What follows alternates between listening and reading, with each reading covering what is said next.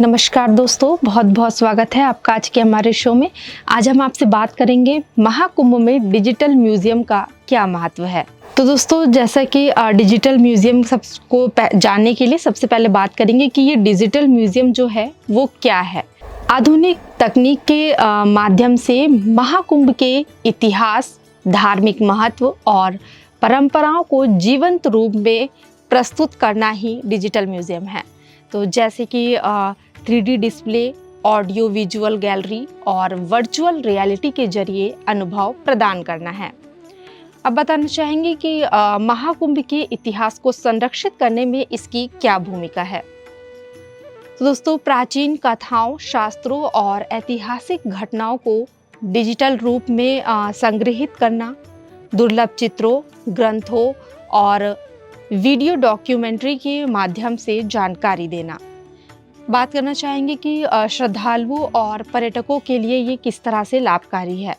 तो कुंभ मेले की संस्कृति और महत्व को गहराई से समझने का अवसर, जो लोग कुंभ में नहीं आ सकते वे वर्चुअल माध्यम से इससे जुड़ सकते हैं।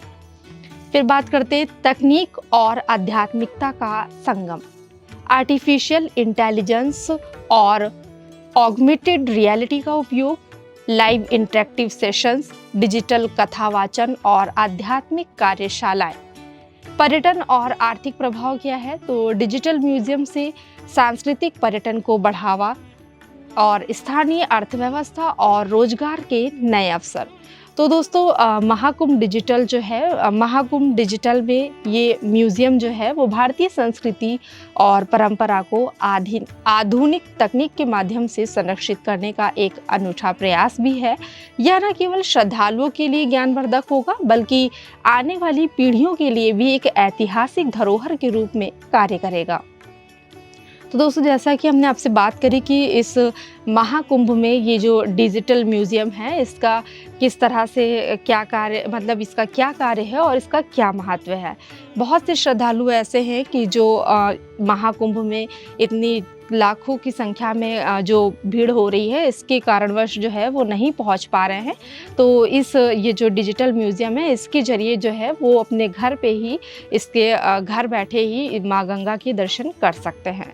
तो दोस्तों, आज हमने आपसे बात करी कि महाकुंभ में जो ये डिजिटल म्यूजियम है इसका क्या महत्व है। तो कैसी लगी आपको ये जानकारी। यदि आपको पसंद आई हो तो इसे अपने दोस्तों और परिवारों के साथ ज़रूर शेयर करें और हमें कमेंट करके ज़रूर बताएं। तो मिलते हैं अपने नेक्स्ट एपिसोड में ऐसे ही कुछ रोचक विषय के साथ। तब तक के लिए मैं आपसे आज्ञा चाहती हूँ। धन्यवाद।